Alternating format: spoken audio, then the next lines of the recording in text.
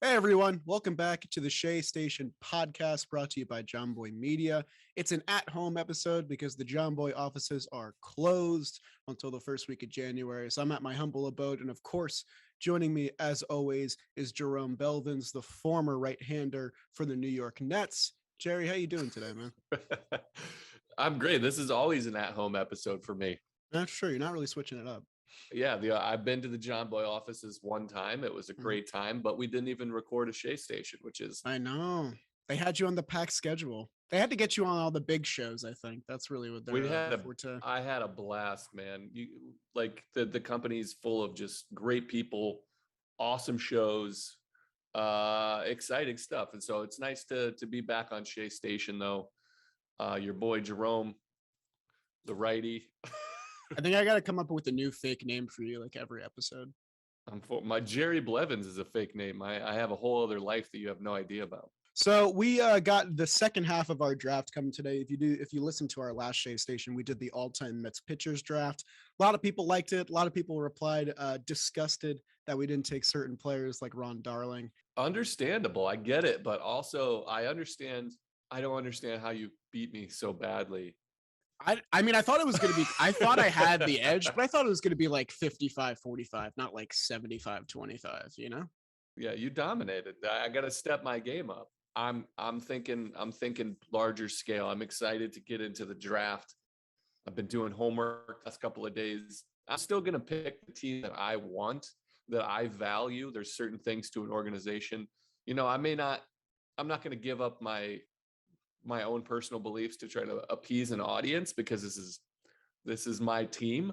But yeah, I feel like I'm going to do well. And again, a lot of it weighs on first pick, second pick, all that stuff. So Yeah, we'll do our number generator again, but I'm glad that you've been doing your homework because I mean, I laid out the spreadsheet, but I'm still a little murky on who I'm going to take at the top because there's like certain positions you got to tackle first. Like I don't even think that David Wright might go in the first two because like third base, you got a couple good options. well, he's going to go in the first two picks most likely because you got a snake draft. So whoever goes first, the second one is 2, 3. If it gets, I'll tell you what. Yeah, okay, all right, that's good. All right, I've Oh, been doing my research. You see the look at yellow that. legal pad. Love that. We're doing things. It's actually a 2-pager. No big deal. No way. Show me the second page. I need it. Let's see it. Just the starter here. Oh, okay. The follow Gotcha. through. Gotcha. Fully loaded though. I But like it. yeah, man. Yeah, I take that. I value this draft, from an organization standpoint, but from an audience standpoint, they want us to know what we're talking about. And so, of course, I had general knowledge of every player that we're going to talk about. But I wanted to do a deep dive. I had spent up too much time on like the third or fourth guys on this list out of respect for them, because we're only two people. We're only going to pick the first two. But I went a little bit deeper. I feel like I'm on my way to becoming a Mets historian. Yeah, some guys will definitely get snubbed just because it's competitive and only 18 guys can go. We're also going to pick a manager. That was like a late time decision for me. I just thought it would be fun. There's a lot of good Mets managers. Last night it was like, hey, what do you think? I think it's great.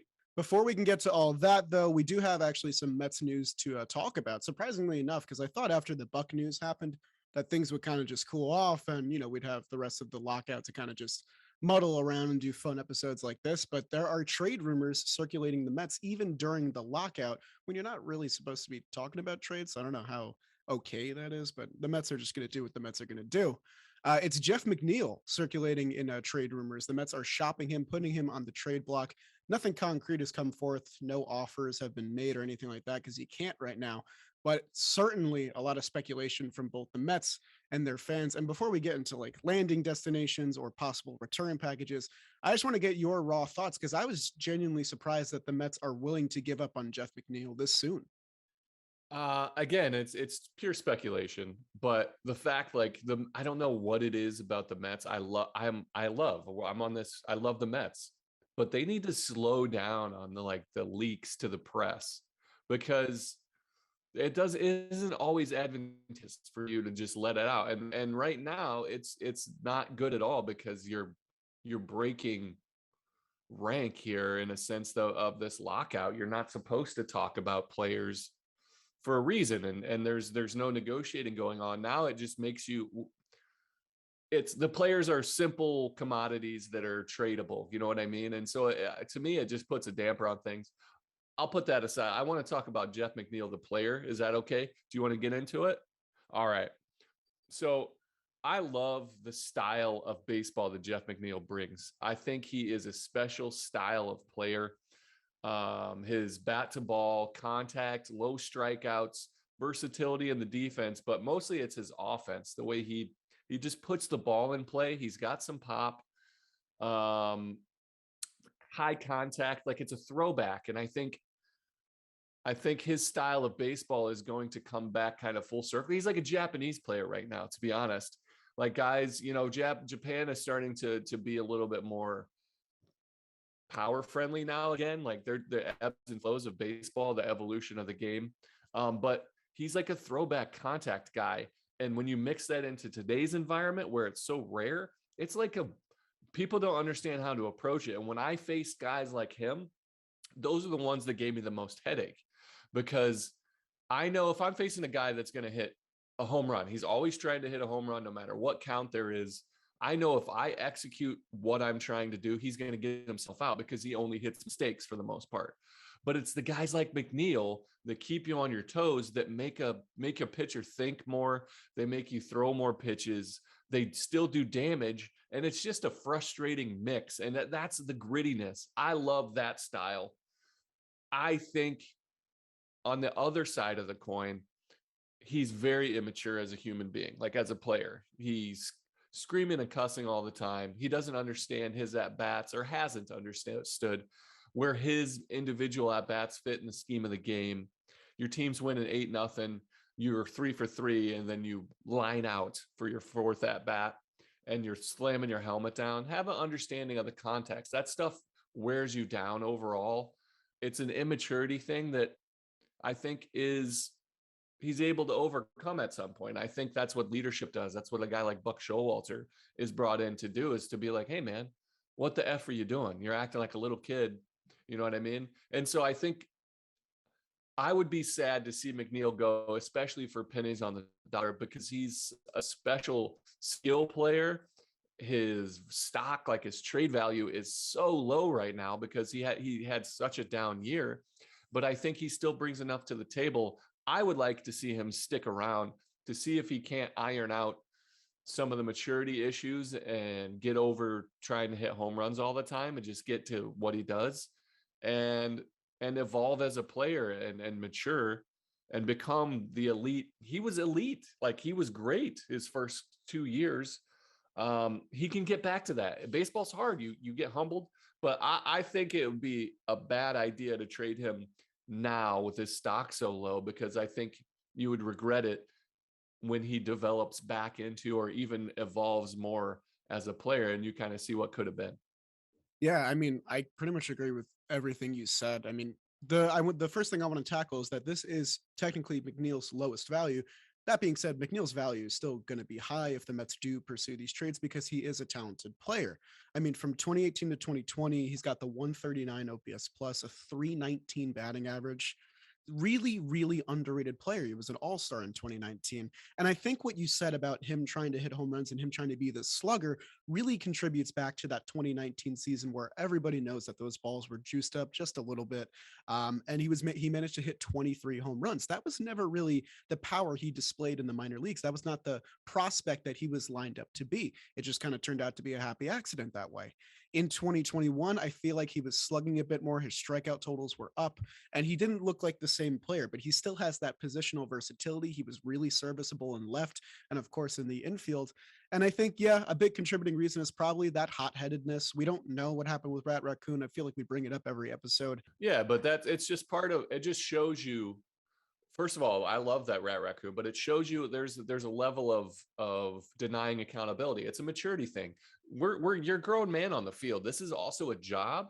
So if you're not pulling your weight, whether it's being in the right position defensively, you're going to be able to. You should take it from a teammate saying, "Dude, get your shit together, man. We need you here. After so many times of you seeing frustration on Lindor's face, this is again complete. I don't know anything. It's speculation on my part, but it was like Lindor's like, you got to do this, and he's like, whatever, you know what I mean? That impersonation was spot on, man. I do whatever I want. I'm fine. And then he's like, no, you need to get to the fucking position. Excuse my language. This is, but this is it's like, dude, do your job. I'm telling you this. Like, I've let it slide, just assuming that you're going to get it back, but you're not. Own it. Say, like, my bad. Like, I need to work on this. There's nothing wrong with that. But it's also, he's a young man, and baseball's a game. It's hard to mature. Sometimes, confidence and cockiness and laziness, like it's an evolution. You get to see people grow up in the game of baseball. I still think he's going to be an amazing player. He's a nice guy. I like him as a person. Just as a player, there's some things that he needs to iron out and grow up. I don't want to. I want him on my team. If that's, as harsh as I've been on him as a critic, I really would like him to stay on the Mets because I think he's a great player, or could be again. So I don't want to see him traded, but I also, depending on how this roster shapes up and stuff, I understand the thought process, because somebody's got to go. You got to give, I think it's, to me, the biggest hiccup here is the Robbie Cano contract right now. That's a lot of money. It ties things up. I mean, you can't trade Cano because no one's going to want him, and he's on that albatross of a contract, and whatever you get back probably won't be worth it. So Cano is here to stay, whether he's a left-handed DH or he's off the bench or what have you. But that does mean that a spot in the lineup will be taken up by him, and that kind of discourages guys like JD Davis and Jeff McNeil. Luis Guillorme, yeah. Luis Guillorme is going to lose playing time. Dom Smith is going to lose playing time, because it's a good problem to have when you have too many serviceable hitters. But at the same time, Jeff McNeil is a starting caliber player who came off a down year last year. Jeff McNeil was not the Jeff McNeil that we know and love from 3 years past last year. And whatever reason that is, it's just a fact of it at this point. And I understand why the Mets are sort of motivated to move him if the package is right. It's upsetting because, I mean, really encouraging stuff from McNeil the past 3 years. He was not a top prospect. He kind of just came out and blossomed in that way. And it feels like we're giving up too soon. He's going into his age 30 season. I got to check when he's hitting free agency, but I don't think it's hitting anytime soon. No, earliest free agent is 2025. So he's still got years on that contract, arbitration, and all that. So, I mean, whatever team is getting him, you're getting a team controlled player that can play 4 different positions and slap the ball all across the field. And that's something I'd want on my team. If the Mets fill the hole somehow or get another hitter in that way, then okay, I guess. It's bittersweet because we are really saying goodbye to the core that failed before, because we know that Conforto's probably not coming back, and McNeil being the next one to follow. That's 2 of the 3 figureheads, along with Pete Alonso, that just aren't going to be on the Mets next year. Yeah, man, it's a strange thing to think about. Here's how I would view the trade. Like, there's you gave it great context, but simply put, I would rather keep McNeil and think about the process of losing whoever I could get in return, whether it's a prospect or, a middle reliever. I think the risk of him falling flat in his career and never being good anymore is worth the risk of him, ascending and getting back and even being greater, because baseball is a strange sport, and you develop and you mature and you gain experience. And 30 years old in NFL, if you're a running back, 25, you're ancient, and baseball, it's different, man. It's a different style of athleticism. And I think McNeil's abilities is worth the roll of the dice to sit on. So the question then becomes, what teams would happily welcome his services? I've seen a few float around that make a lot of sense to me. The one that everyone seems to be talking about is the Cincinnati Reds, because they've placed both Luis Castillo and Sonny Gray on the trading block, 2 great starting pitchers that the Mets could really benefit from having in their rotation as a number 3. I don't know if the Reds are in win now mode. They're kind of in that murky middle where they don't really have a plan, it seems like, but they kind of fell into a really good team last year that slowed out towards the end. So they would really benefit from McNeil. But I do think if you're going after a guy of Luis Castillo's caliber, it's going to have to include a prospect of some sort. It's not only going to be McNeil. I agree. Again, I don't see the fit there. Just a sense that I don't think that organizationally Cincinnati's ready to make a trade like that. And then they also have Jonathan India sitting there with his beautiful hair and his Rookie of the Year trophy. He's also a Mets fan, so I mean, never say never, you know. Well, let's do it. Swap. Bring it back, man. So we have the Reds there. We also have the one that I think is far more likely if this trade does happen, which is the Chicago White Sox. They are in win now mode. They're the top of the American League Central, and pretty much the only hole in their lineup that they traded to fill last season was second base. So McNeil would be a really good fit there. The Mets have options there, maybe to go after some of that young pitching, but I don't know if the White Sox would want to part with any of those guys. They have a really talented core. Who'd the White Sox have at second base? They had Nick Madrigal, who went to the trade in Craig Kimbrell to Chicago, and then they filled that hole with Cesar Hernandez, who just went to the Washington Nationals. So that hole is open again at second base. Did Madrigal get hurt? When he was with the Cubs, because I think he got a few at-bats. Okay, gotcha. I like him as a prospect. You know, I don't know. I really like Dustin Ackley. Do you remember that name at all? I do remember. He went right after somebody in the draft. He was like the number 2 overall pick. I remember he came up in with Seattle and made a splash when I was with Oakland, and I was like, man, this guy can play. He ended up swapping, bouncing around positions. It was kind of a crazy move and never came back. Who was it? He went right after Steven Strasburg in the 2009 draft. Yeah, there's actually some fun trivia there because the Mariners were lined up to get the number 1 pick, and Strasburg was this like all-encompassing, sweeping the nation prospect. The Mariners actually swept their last set of the season to get 3 more wins and push the Nationals above them in the draft. And that's how the Nationals got Strasburg. And that's why we have tanking today. That's exactly right. Oh, jeez. Man, that's crazy. By the way, this is a whole different thing. To go, wasn't it back-to-back? They got Harper won and then Strasburg back-to-back. I think it was back-to-back drafts, yeah. That's a beautiful thing. Good for them. That's a 1-2 punch that's pretty incredible. But again, you know, who knows what Jeff McNeil can get us in return. We won't know anything. I don't see, the teams are probably talking amongst each other all the time, collusion and whatnot. They're like, we just can't talk to the players. We could talk about we can make it official. Yeah, and then we'll know all about it because that's what the Mets do. They leak it to the media, so we'll learn. So we can speculate all day and night. The real thing is that we have no idea. It could just be a floated rumor to maybe get teams interested. Maybe there's no plan whatsoever. So I don't want a trade. It would be, I don't think there's a trade out there that would make me happy besides like if you got a Luis Castillo, a Sonny Gray, maybe you send them off to Oakland, which I still think would be a great fit because they like team control for a few years, but he's about to make money, which they want young because their window isn't 3 years. Their window's they're going to push it another 6 years. But what would it take for you to be happy with a trade? What style of trade?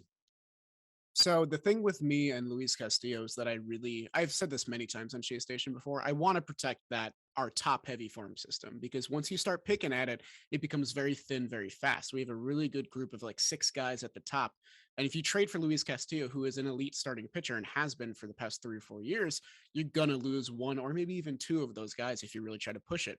So if there is going to be a McNeil trade, I really want McNeil to kind of be the only guy featured in the trade. I want him to be the piece. And if it's a 1-for-1 or you don't really get the elite starting pitcher you want, that's okay because you have DeGrom and Scherzer at the top and plenty of depth behind them that I'm banking on 1 or 2 of those guys haven't bounced back years. So I don't think you need to go get Luis Castillo. I mean, if you're going World Series or bust right now, then I mean, it might be the move, but you're going to have to part with some pieces. So I'd say if McNeil is the only piece, I would feel a lot better about it in my mind.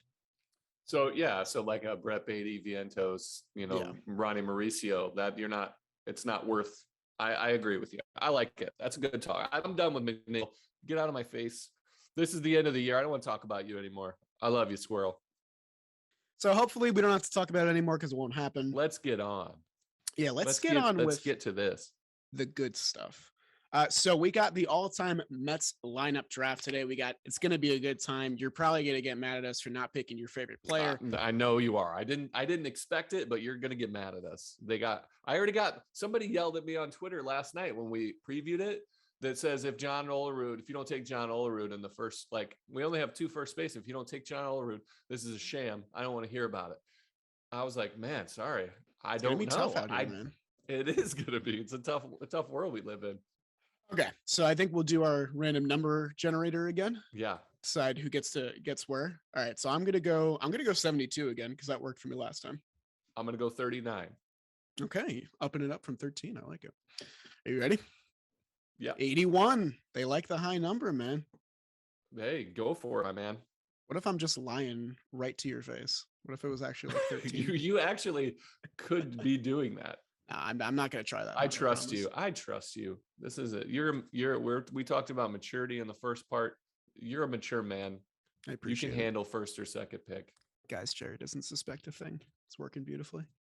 All right, so I took the second pick last time just to mix it up and divvy things up. I'll go first this time, so you get 2 and 3 because I know you kind of missed out on that last time. Kind of messed up your old draft. I'm not gonna lie, but now I got to think. So I'm trying to tackle the lighter positions first. So I don't know if the captain is going to go first for me because you also have a guy like Howard Johnson at third base who had a really good career with the Mets.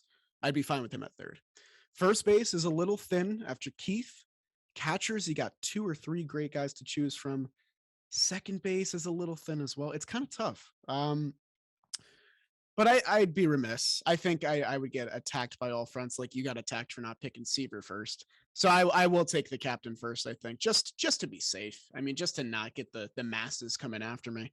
He's got the second most games all time, second most home runs all time, most RBIs, 196 stolen bases, 7 all-star games, 2 silver sluggers, 2 gold gloves, which people forget about. Never got that chip, but that's okay with me because the captain was the player of my upbringing, really. I mean, when I first started becoming a fan in 2007, 2008, he was the guy. In 2007, I really thought he would have won that MVP award.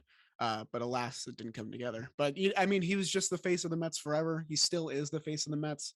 I'm assuming he'll go into, he'll get his number retired, or I think he already has. I always forget about those things. But David Wright at the hot corner. I mean, you can't really go wrong there. That's kind of a free first pick for me. It isn't. I wouldn't say it's free. It's a great pick. David Wright, one of the greatest teammates I've ever played with. I always, I kind of talk about this often when David Wright comes up. I always thought the C on your chest was BS. Like there's no captain in baseball. You have a group of guys. The season's too long to have to look to one human being. And then I shared a clubhouse with him and I'm like, oh, that's what that looks like. I had just never seen it. It's so rare. That's why, like, when you talk about Pete Alonso wearing the C at some point, I didn't see it. I could be wrong. You don't see it yet. I don't see it yet. It's because it's so rare to have your best player also be your hardest worker, your leadership style being outspoken enough. He leads by example, but also isn't afraid to voice the way he held himself in the media. He basically taught an entire generation of Mets players how to be a professional. And that's amazing. Like the captain, that's the perfect summation of who he was as a leader, but also who he was as a player. Wonderful pick, easy choice at third. Yeah, I mean, it's wonderful. There's a reason why you got it there. You went with D Wright.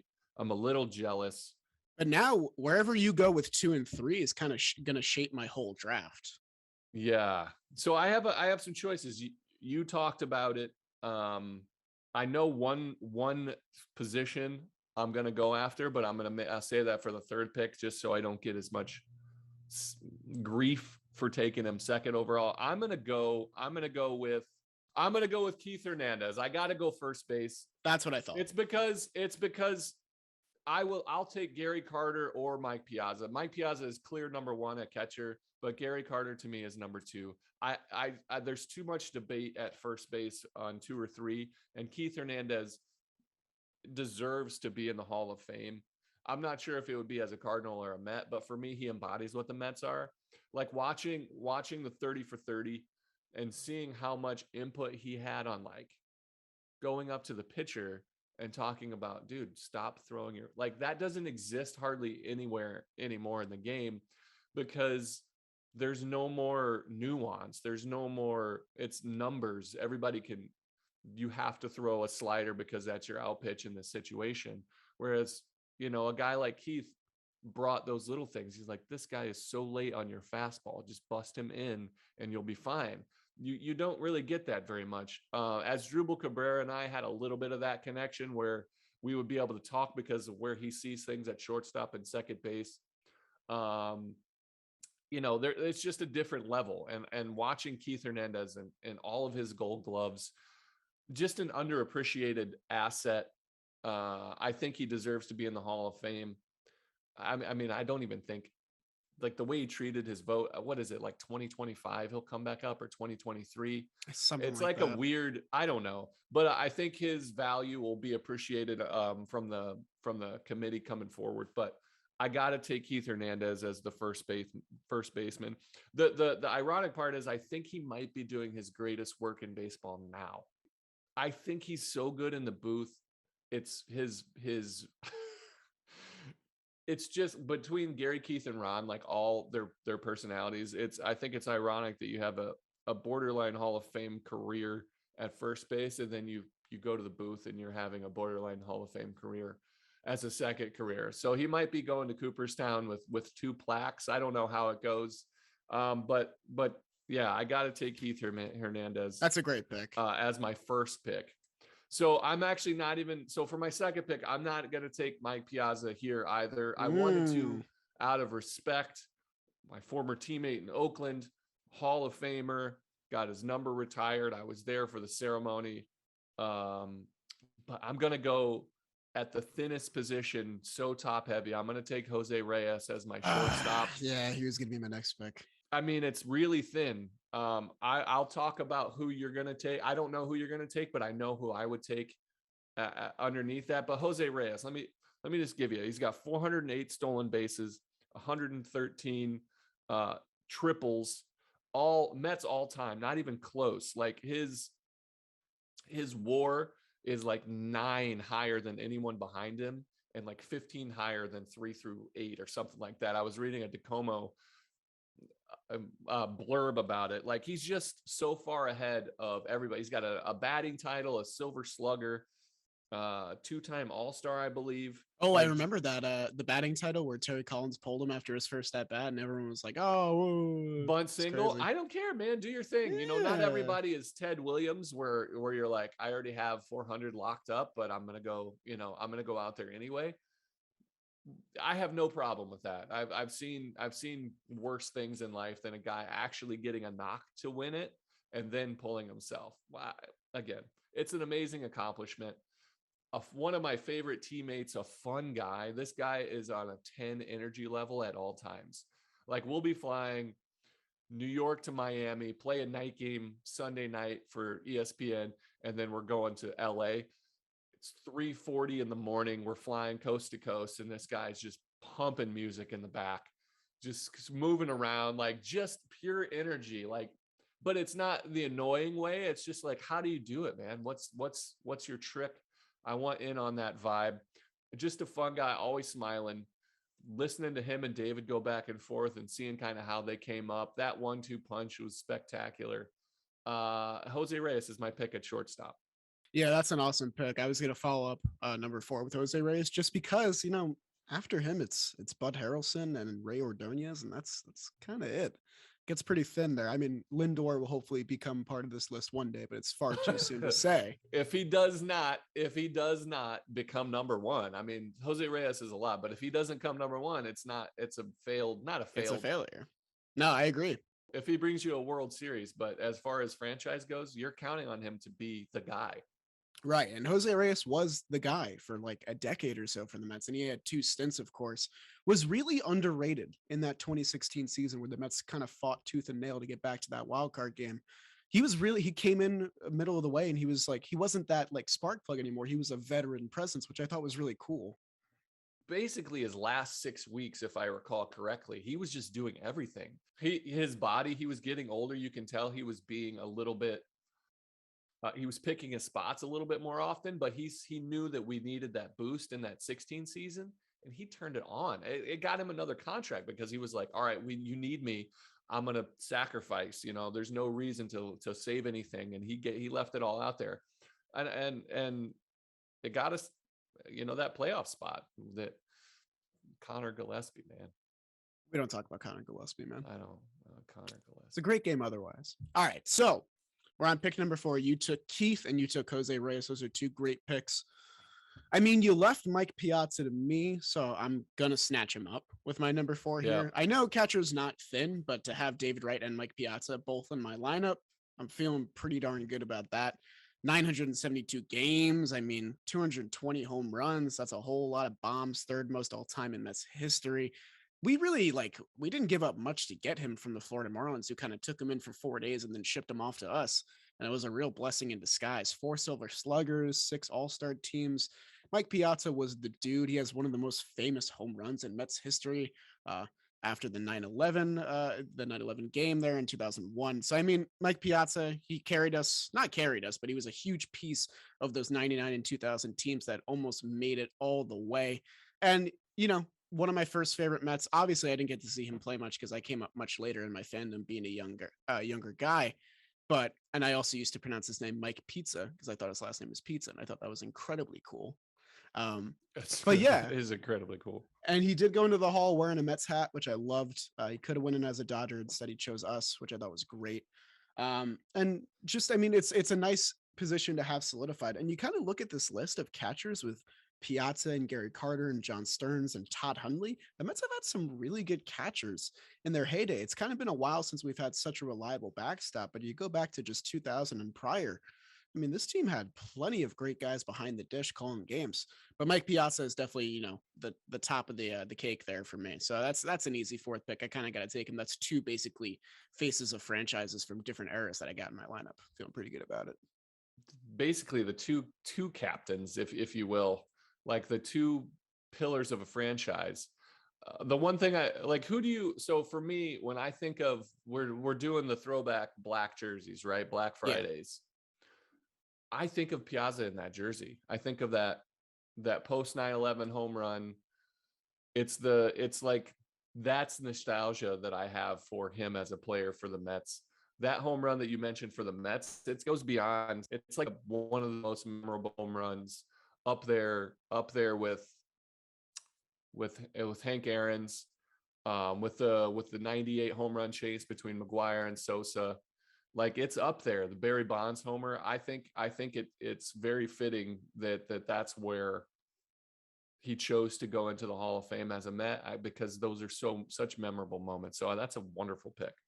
Yeah, I mean, I think of all-time memorable Mets home runs, and I think of the David Wright World Series home run that he finally got his moment on the Big Show, and then I think of the Piazza home run. So I'm happy to have them both on my team because they just stick out to me so much in memory.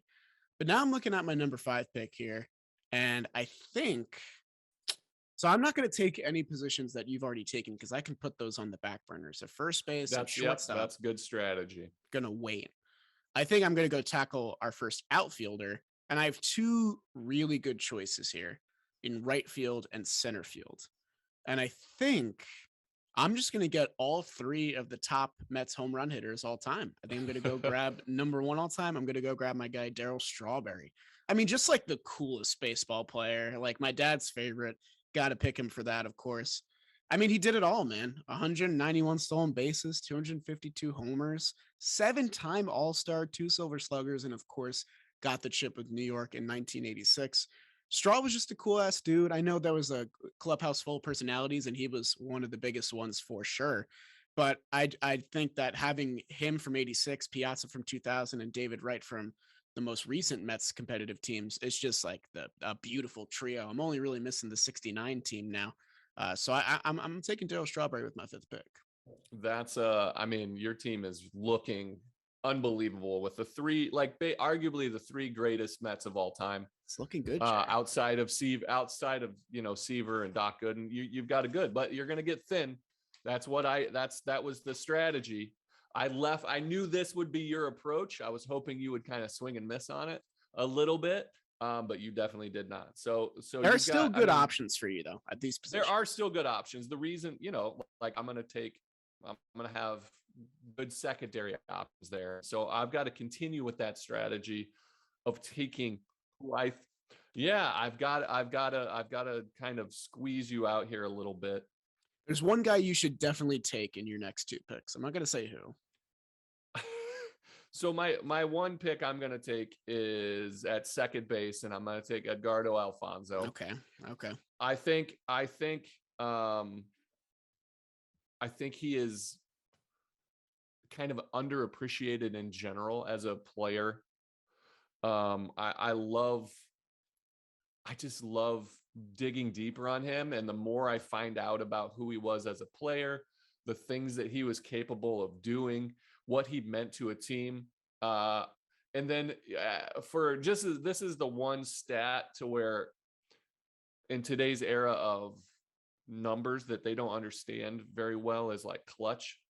So he hit 318 career with the Mets with runners in scoring position on a team the last couple of years that begged for guys to get hits with runners in scoring position. For somebody to hit that level on a career, that just shows you, like, when the game's on the line, that's who you want at the dish. Like, unbelievable.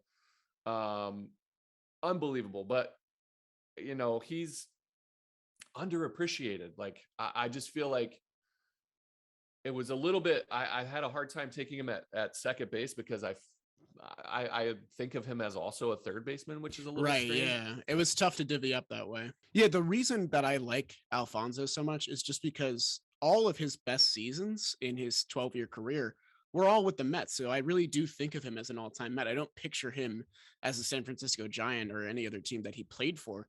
And he was really just like a flash in the pan for us. I really like the runners in scoring position stat that you brought up, just because he had so many clutch playoff hits, like against the Diamondbacks in 1999. And I mean, he was the definition of clutch for us. And I do think of him as a second baseman just because for those deep playoff run teams from the early millennium, he was at second base for us. And you know what? He was pretty damn good with that glove. He was really shorthanded in the infield. He kind of reminds me of McNeil a little bit because second base and third base, obviously, and he did a little bit of everything. Yeah. But Alfonso, if I was an active fan and not a baby during 1999, then I think he probably would have been my favorite player on that team. I mean, that's yeah, because people that watch him appreciate him more than just his numbers, the kind of things that he does. I think that you summed it up perfectly. So, all right. So I took Edgardo Alfonso. So for my next pick, I think I'm going to go. I am going to go. I'm going to go center field, and I'm going to take Carlos Beltran. That was the one you had to do. I think he's the last guy.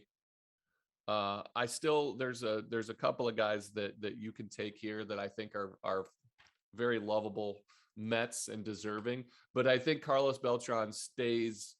He's the last of like the elite players of a position.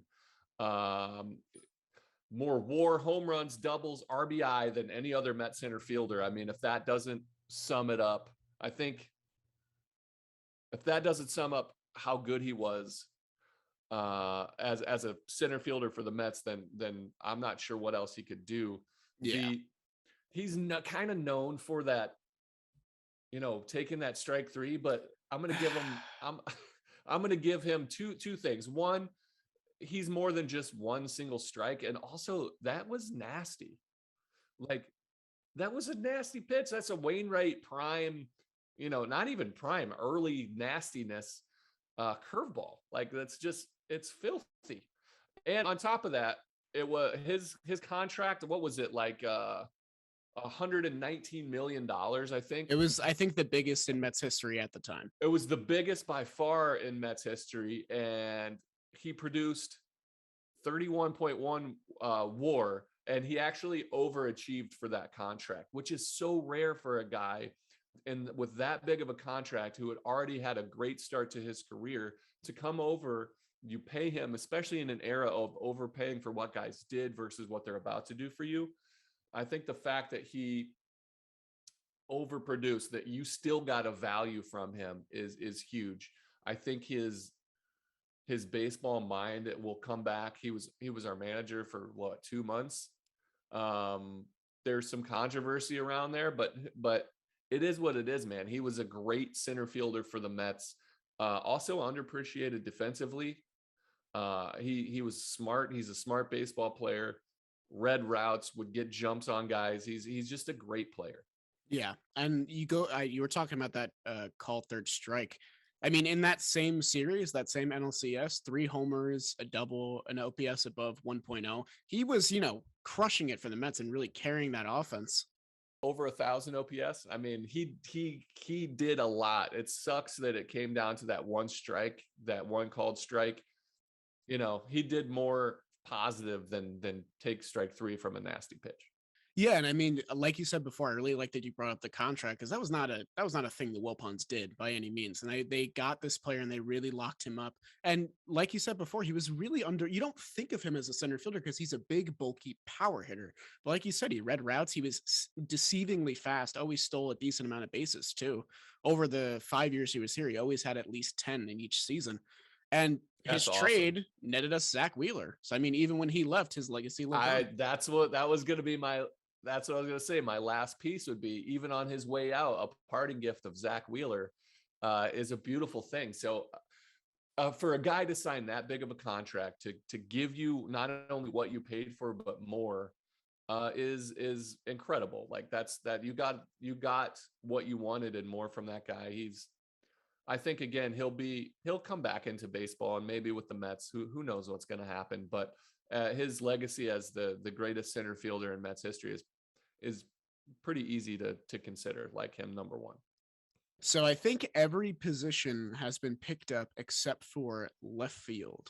All right, so in that case, I'm going to go for left field. I'm going to take Cleon Jones and fill out my trifecta of National League pennants for the Mets.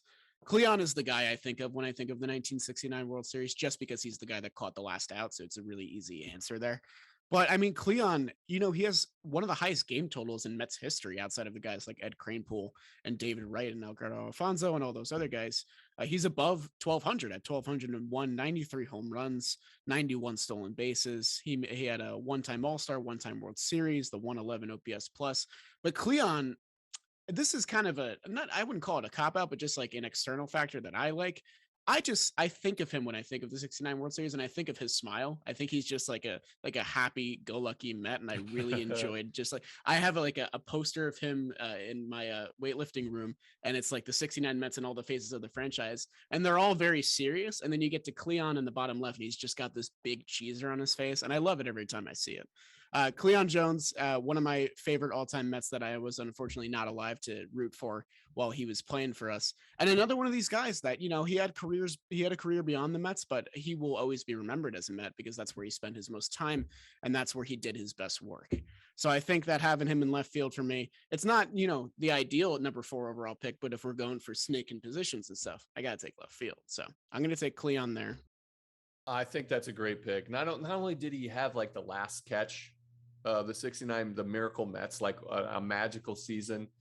He made the last out, like he'll forever be cemented in that legacy, but he was chased down a batting title from the left field. Like he hit 340. He got injured towards the end and Pete Rose overtook him, but he got it together and made that push. And that was that he had 340. 7th in MVP voting. That's crazy.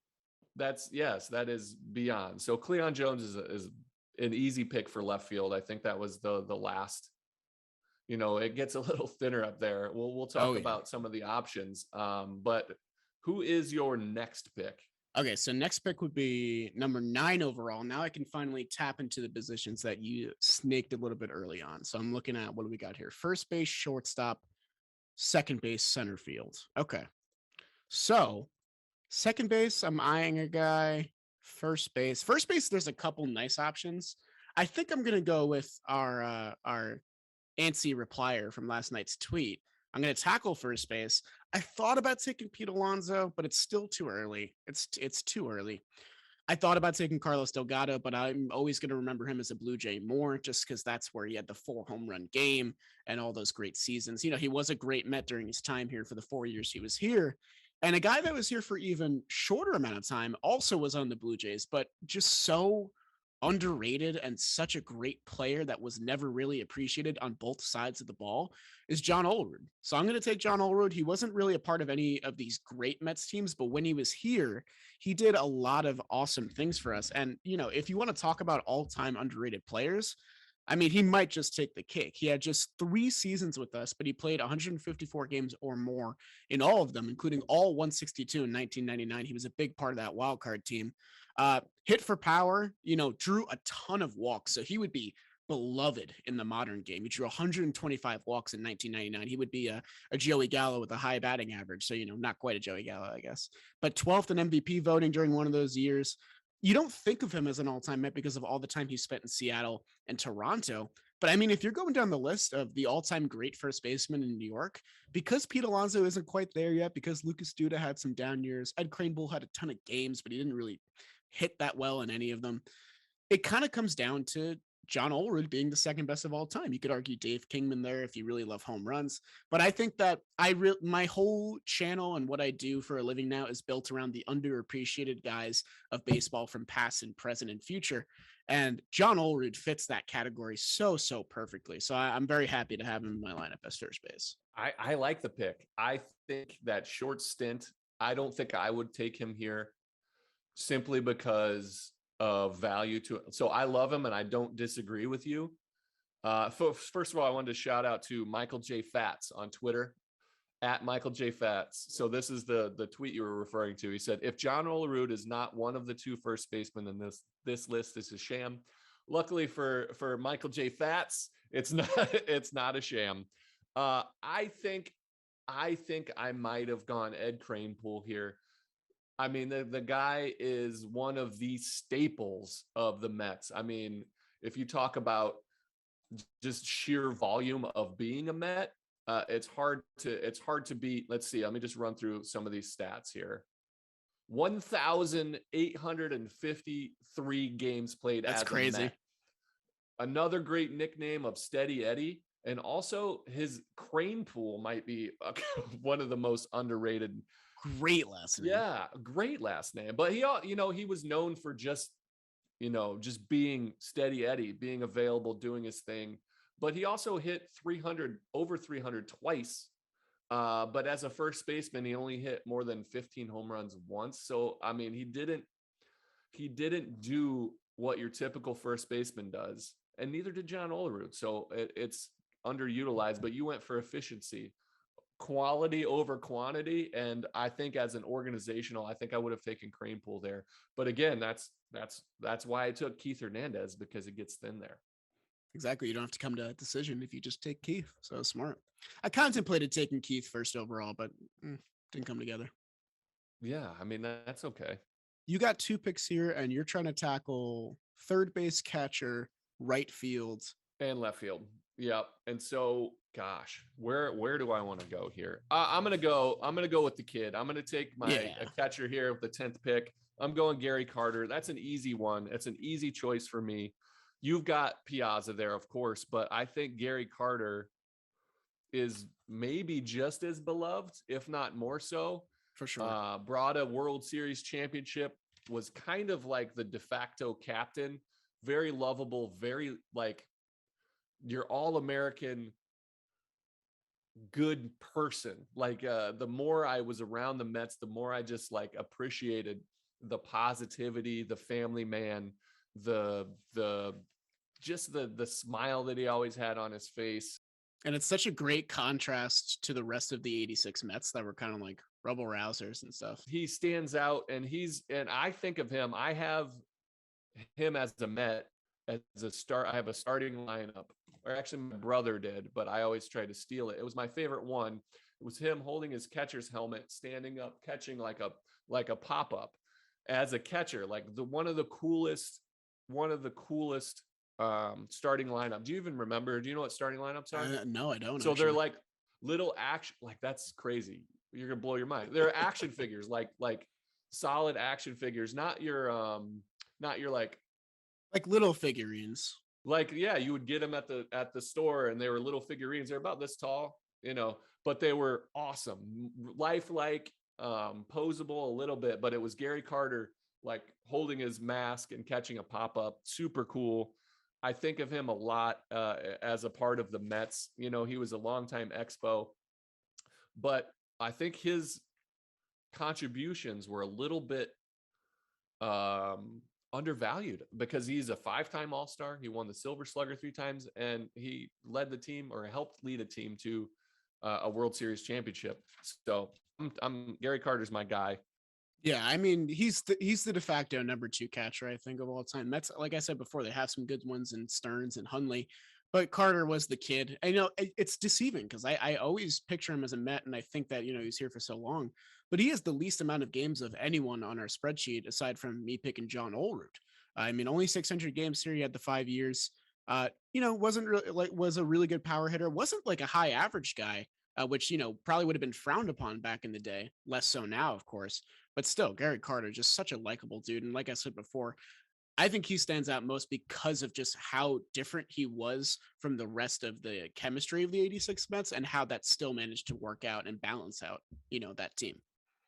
That shows you the kind of team chemistry and personalities that you get. A guy that's positive like that, like a Jose Reyes for us, Yeah. that's always just energy and fun and likable. So that's an easy pick for me. Now I'm gonna stay easy. I'm gonna go third base here. I'm gonna take the mentor to David Wright, the mentor to the captain, Howard Johnson. A pretty easy pick here. He's got 3 30-30 seasons, which is crazy. 30 home runs, 30 stolen bases. That is crazy to think about. I remember being on the 2014 Nationals, and we had Ian Desmond at shortstop and a young Anthony Rendon at second base. Right, he used to play second. I forgot about and that. Zimmerman was playing third still kind of at the time. He kind of moved back and forth.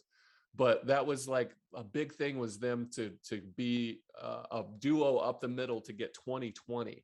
And I don't think Rendon got there.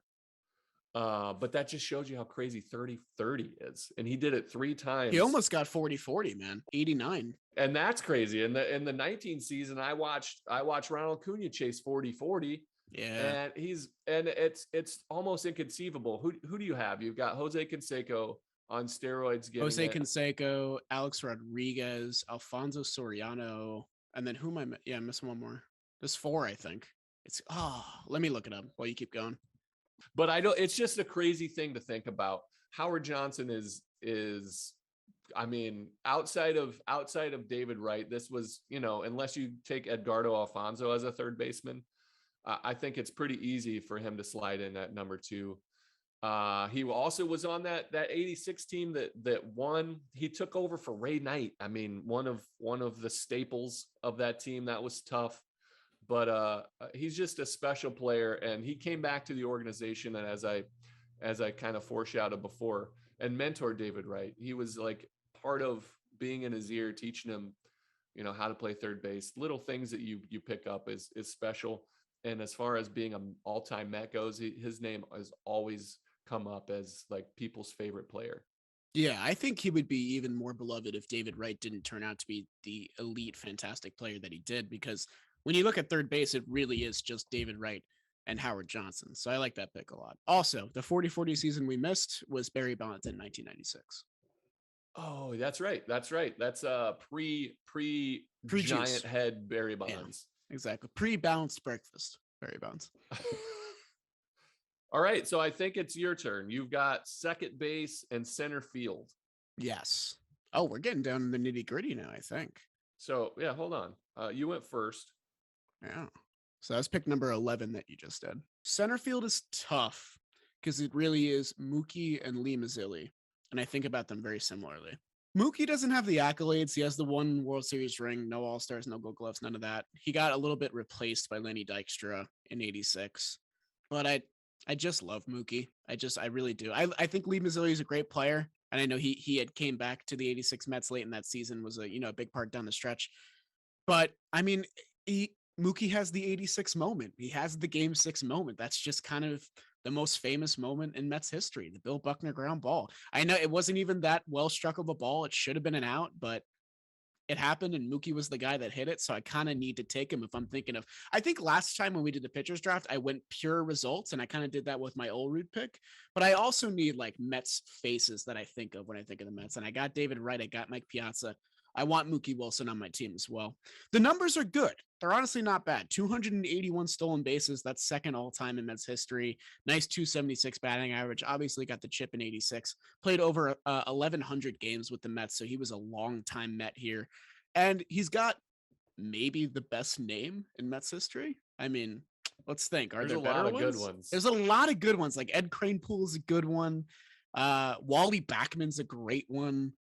But I love Mookie Wilson. I love that name. So good. I mean, it's pretty synonymous. I love that pick for you. He's one of the staples for me. You know, when they run highlights, when there's a rain delay or a pregame, it's Mookie Wilson up there talking 86. He's got a guy that comes around the organization that's contributing post-playing career, which I love. And you're right, man. He is a fan favorite. There, you talked about the 86, you know, the ground ball, the error, the Buckner boot.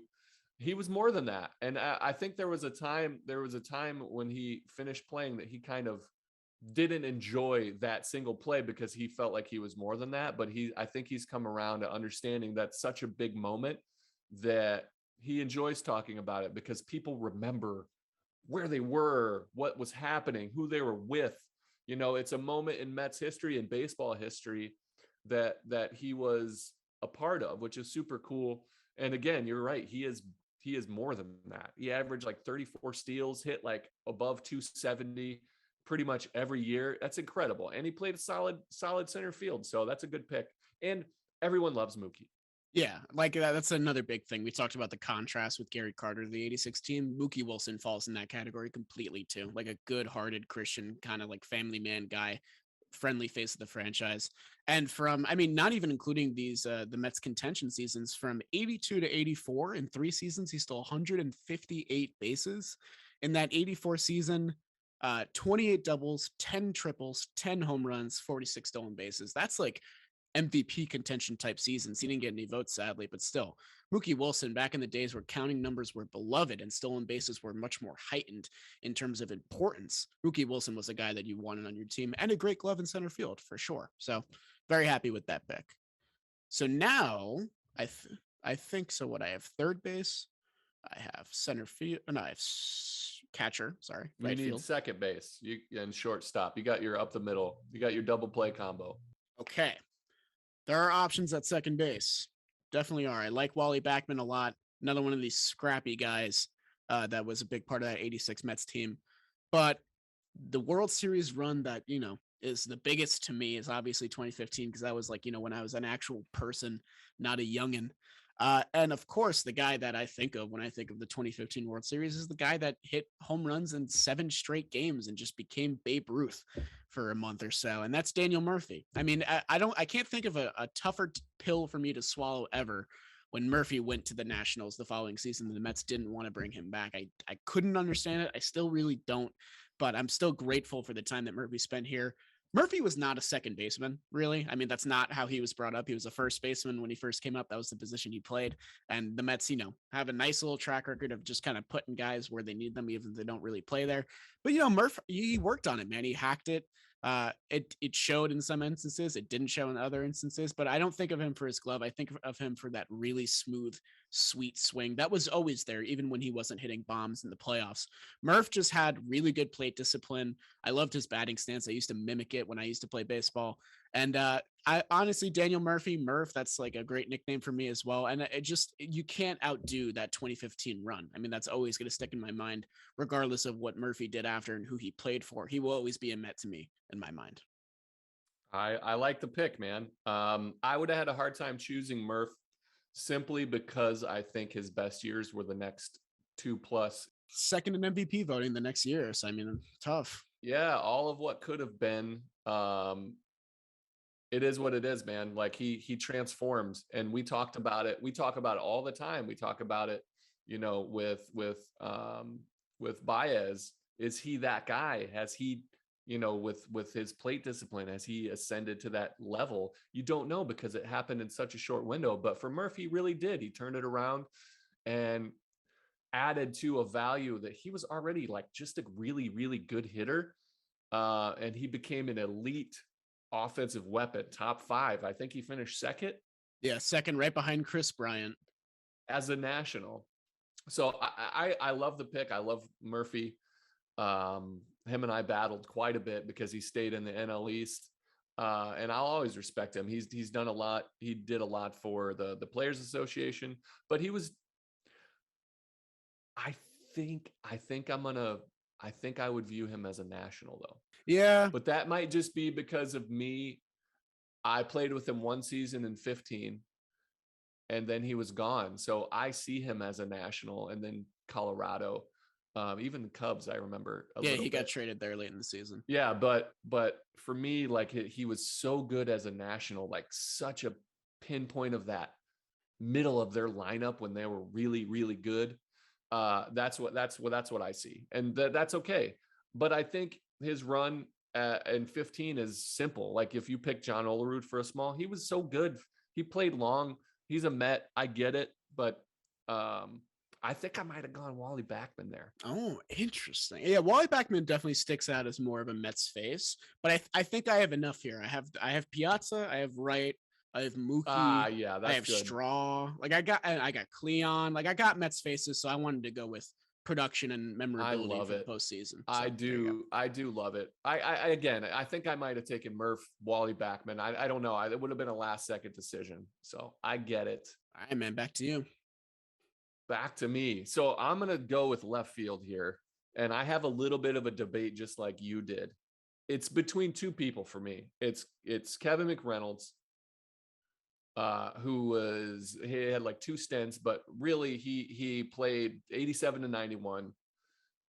Solid guy. I mean, you have Cleon Jones, who's the number 1, and then I have between Kevin McReynolds, and then my other pick is Yoenis Cespedes. Oh, interesting. So I think what Yo brings to the table. I think people have a sour taste in their mouth because of how it ended. Mm-hmm. And understandably, there's a lot of things that a lot of just not fun factors for people to appreciate. But his run in 15, he carried the team to the World Series, and then Murph to the playoffs, and then Murph carried the team to the World Series. Yeah, Murph doesn't get his run without Cespedes. 100%. He doesn't even get a chance. Who knows if he becomes that player that he did in the playoffs? Like if he doesn't have that run where he decided to hit, who knows if he ever becomes that next level of Daniel Murphy. But I love what Cespedes brought to the table. I love him as a human being. He's got one of the biggest hearts, but not just that, like he hit 17 home runs in the 31 games after they traded for him in 15. Crazy. Our offense was sputtering.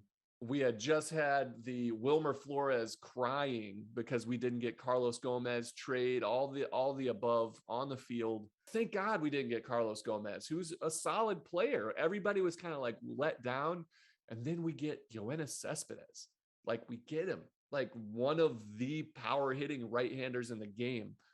And he did just that. Like Cespedes hit 287 with a 942 OPS for the Mets. Like that is insane. Made the All-Star team in 16. Yep. Just crazy. He had a good run, but I think I'm going to stick with what fits in my team. Jerry, I'm not going to lie. You sold me. You just sold me. I'm not going to lie. I know. I like Cespe, but I'm going to go with I think the better option here. I'm going to go Kevin McReynolds here. Just a good, solid baseball player. Kevin McReynolds, 822 OPS, and he was just a solid force in the lineup for a long time. He really helped solidify Daryl Strawberry. He always batted behind him. He was right in the middle of the order. Just helped the team. He finished 3rd in MVP voting in 88. Like, wow, just a great player. So I gotta go with Kevin McReynolds. I just think he fits my lineup better. I like Yoenis. I just think in 10 years I might take Yoenis, but right now, if I'm picking all-time Mets and a fit into my lineup, I think I have to go with Kevin McReynolds here. I like the pick. I really like that you mentioned the 1988 season because that's a almost pennant season for the Mets. They lost out to the Dodgers there. And if they make the World Series, I think people remember that season a lot more for Mcreynolds because he was the best hitter in that lineup, arguably. Third in MVP voting. I didn't even realize. 27 homers, 21 stolen bases, 30 doubles, 832 OPS. That's all very good stuff. So I like the McReynolds pick. I think if you picked Cespi, you still would have sold me on it. I think I still would have agreed with it. Yeah, I mean, it was a coin flip. I would go back and forth. Definitely there. That was the one where I had, like, if I didn't choose first, it was going to be whoever came up. All right, so now I've got one spot to fill. You took maybe arguably the most, like, for me as a kid, this is who I thought of when I thought of the Mets, is Daryl Strawberry, that sweet left-handed swing. I have Michael Conforto, whose stint with the Mets is one of the greatest, homegrown guys to ever play. He might come back and break a lot of these records, but I think that is an argument. And then the other one is for me is Rusty Stobb. He has a place in Mets fans' hearts forever. He also has one of the greatest nicknames, actually not given to him by Le Grand Orange. Like, it's beautiful. That's Perfect. Baseball. He also has just a good regular name. Like Rusty is just a Rusty great Stobb. I know. And then I have a lot. Like, he passed away in that 18 season. And we had the patch on our jerseys. I think it was here. And I just remember, like, the outpouring of love for him, appreciation for who he was as a player, just a gritty outfielder, put his body on the line, played hard, went out and just gave it all. Like, there was a few things I saw about Rusty Stobb that I appreciate on a different level. It is like he wanted the post-playing career. They're like, what do you want to be remembered for? And he said, somebody that got the most out of their body and their ability. And I love that concept because that was me. I always wanted to overachieve what everybody thought I was going to be. And so that was my driving force, is like, everyone always told me I'm going to be, this is who you are in an era of numbers and projections. This is who you are. And my ability to overachieve was something that was a driving force. And to hear Rusty talk about, he just wanted to maximize his ability. And I just appreciate that. And for a guy to go to play that long, to have 2 long stints with the Mets, shows you how much he loved the organization, how much he appreciated being here. So he is not my choice. I am going with another sweet swinging lefty in Michael Conforto. He is my last pick. Michael Conforto came up in 15, my first year there, and might possibly have been overlooked in his run because of just what Daniel Murphy did in those playoffs. But he hit some absolutely huge home runs. He hit one in Dodger Stadium off of Kershaw that was like, just set the tone. It took the pressure off of DeGrom in that game, I think, was starting. Like, he just had an eye for big moments, and his swing is so beautiful. I think that he is about to ascend to another level. He's got that like easy pop. Like, when he's hitting BP, I remember even with like Cespedes is just strong. Pete Alonso is really strong. So when they hit the ball, they muscle it out. Conforto's strong, but he's got like just a different level of hitting. The ball just sounds different off of his bat, and he's so under control. I think he's got I think his average is going to climb as his experience level goes. So I hope the Mets still re-sign him. We'll see what happens. But Conforto is 109 home runs as a Met, third most all time by any Met in his first 5 seasons. And he didn't have a great last year. And I think that's almost why I took Rusty Stobb, was because of how bad this past year was, how sour the taste is in everybody's mouth. But I think his accumulation for his first 6-year run, for how much he meant to our World Series team, to the next year's team playoffs. He was a bright spot when the team was sour. He became a leader. Like, I got to watch this person evolve from a young rookie, deer in the headlights look, to the veteran in the clubhouse, the guy that everyone turned to when things needed done or they had questions. And to see that kind of transformation, to see him do it with grace, to see him handle, there was a lot of stuff going on behind the scenes the last few years. There's a lot of like just tough things to handle as a professional, things that get thrown your way that he never even flinched or talked about or used as a crutch. He's just a pro. I love Michael Conforto as a human being. Just got married. Congratulations. I wish him the best in free agency. But to me, he is the choice for my right field. A guy that played a better right field defensively than he'll ever get for. Known for bat hitting, crushing home runs, made unbelievable plays in the outfield, catches that were huge, had a knack for just throwing guys out when the game was on the line.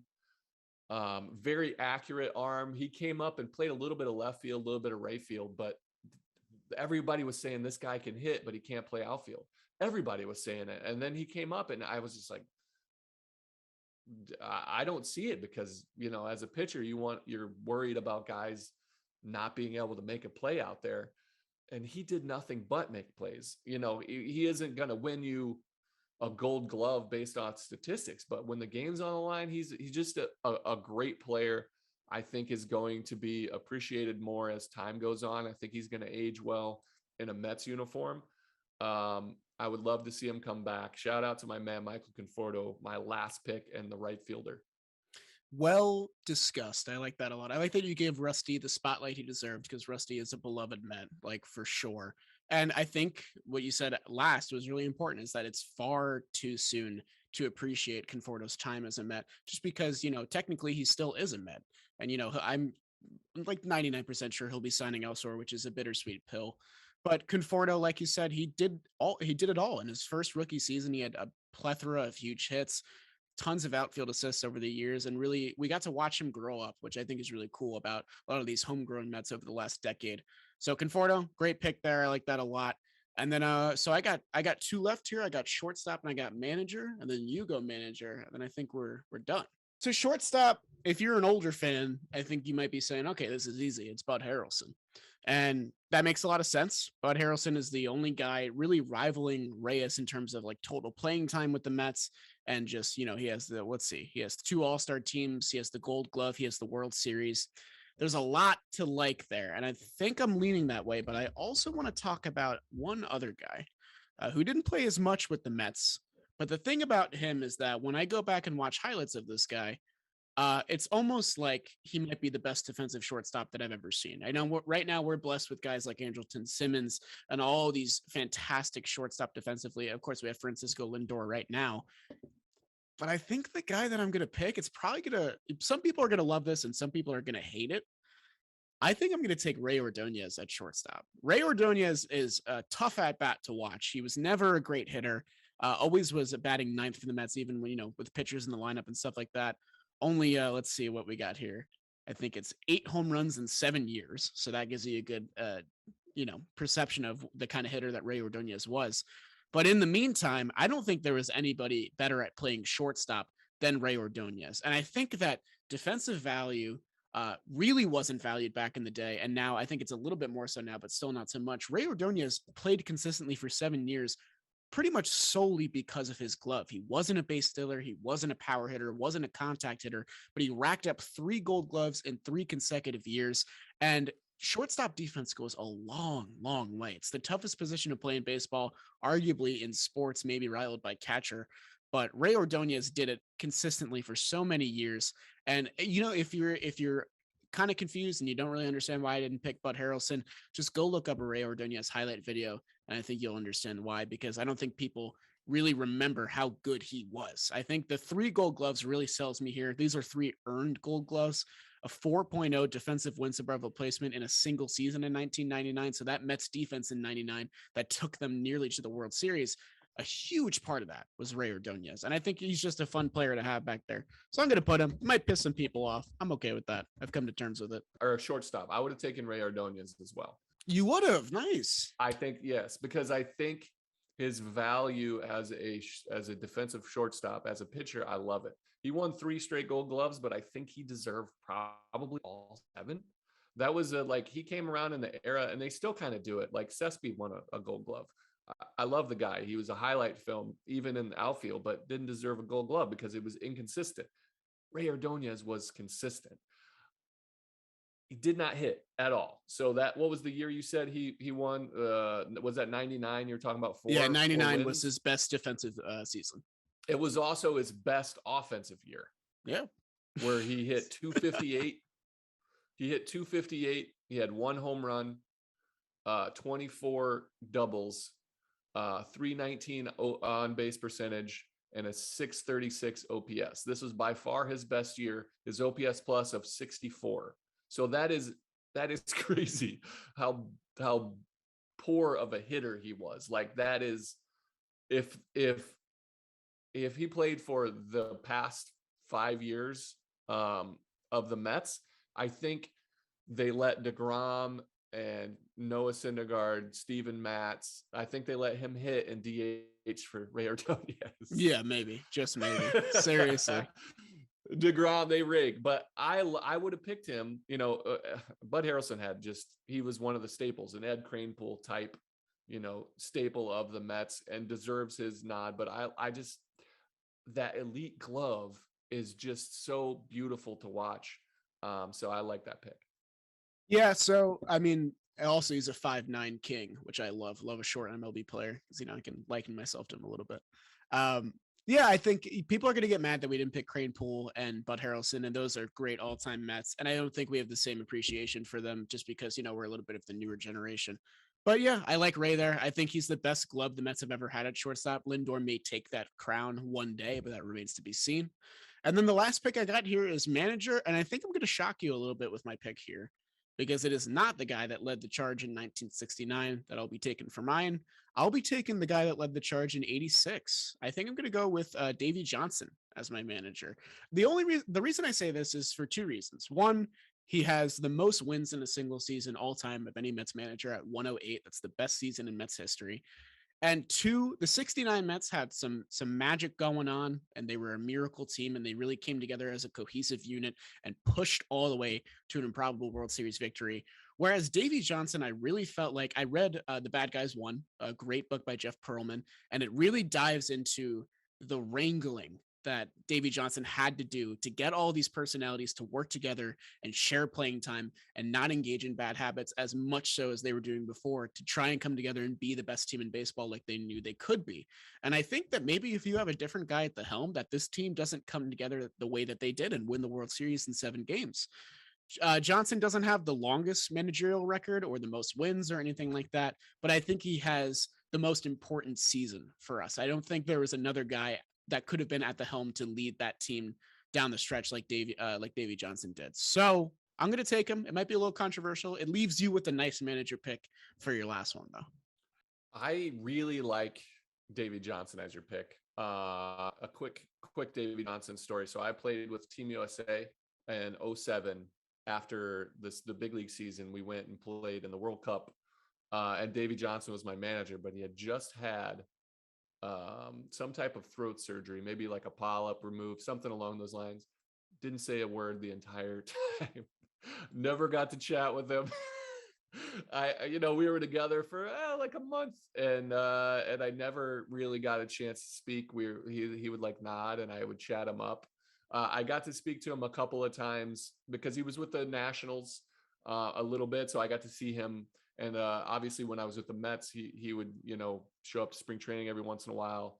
A player manager before there were player managers. There's some controversy over should he have stepped in a little bit more in the 86 to look after a guy like Doc Gooden, a 19, 20-year-old kid, to make sure that he was okay. I don't want to get controversial and say you got to be a dad or anything here, but there are some other things besides winning baseball games. Ultimately, that's what you're going to get judged by. No problem. I love Davey Johnson. The guys that I played with Washington really liked him even later in his career. So I like that pick. He also was a World Series winner. I'm going to go with who I think is the other obvious choice, and that's the Miracle Mets manager. And I'm taking Gil Hodges. Of course. It's got to be, right? I think would have been my first pick. He took over 100 loss team, and then 2 years later won 100 games. Like that turnaround doesn't happen. I've never seen it. Can you imagine like the Pirates or the Orioles? You know, the quickest one I saw was the Astros when they came to the AL West. They were horrible. They were 100 lost teams, and then they became the dynasty that they're kind of still in now. But that wasn't a quick transformation.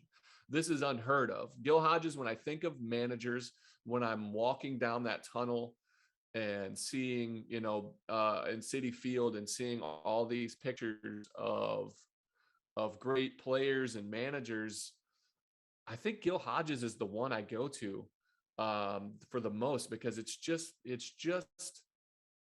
I think he would be kind of like my favorite from the films that I've seen about that 69 era, about the way his players talk about him. It's a beautiful, you have Cleon Jones, right? So there's a quote that says, if not for Gil Hodges, we wouldn't be standing here talking about the 69 Mets. And that is awesome. It says Gil was tough manager, but everybody respected him. He managed by feel, but he got the most out of every player. That's Art Shamsky. Like the way people talk about him being tough, it's like, that's the parent that I want. I'm going to let you be you, but when you step out of line, I'm going to be like, hey, let's go. Let's keep it together. And you need that. And Gil Hodges is the manager, the Miracle Mets. I needed to take somebody like that, and he's the easy driver of Yep. Yeah, I think the managers were win-win there. It was really just those two guys. I think, you have some other good ones in Bobby Valentine and Terry Collins, but it's really Davey and Gil when it comes down to it. To me, it was TC. It was, I actually, like, if I would have had second pick, it would have been Davey, but I think, TC was right there. I would have been 1-2. You got some influence there. Makes sense. Yeah. We're pushing 90 minutes here. I just realized. So we should probably wrap this. We can trim this up. We're all right. Hey, guys, thank you for listening to today's longer episode. The drafts were a ton of fun. We're definitely looking forward to your feedback. Well thought out, lots of research put in. I'm kind of proud of us, Jerry. We deliberated for a while. Well, I think I did too much. I get long-winded. Nah, it's all good, man. Better than not enough, That's what people were complaining about. But yeah, guys, we'll be back sometime next week, hopefully with some more news or possibly nothing to discuss about. But until then, this has been a fantastic episode of Shea Station. Jerry, thank you as always. Thank you, Jolly. And vote for Jerry. That's simple. And vote for Jolly as your parting message. That's all. All right. Bye, guys.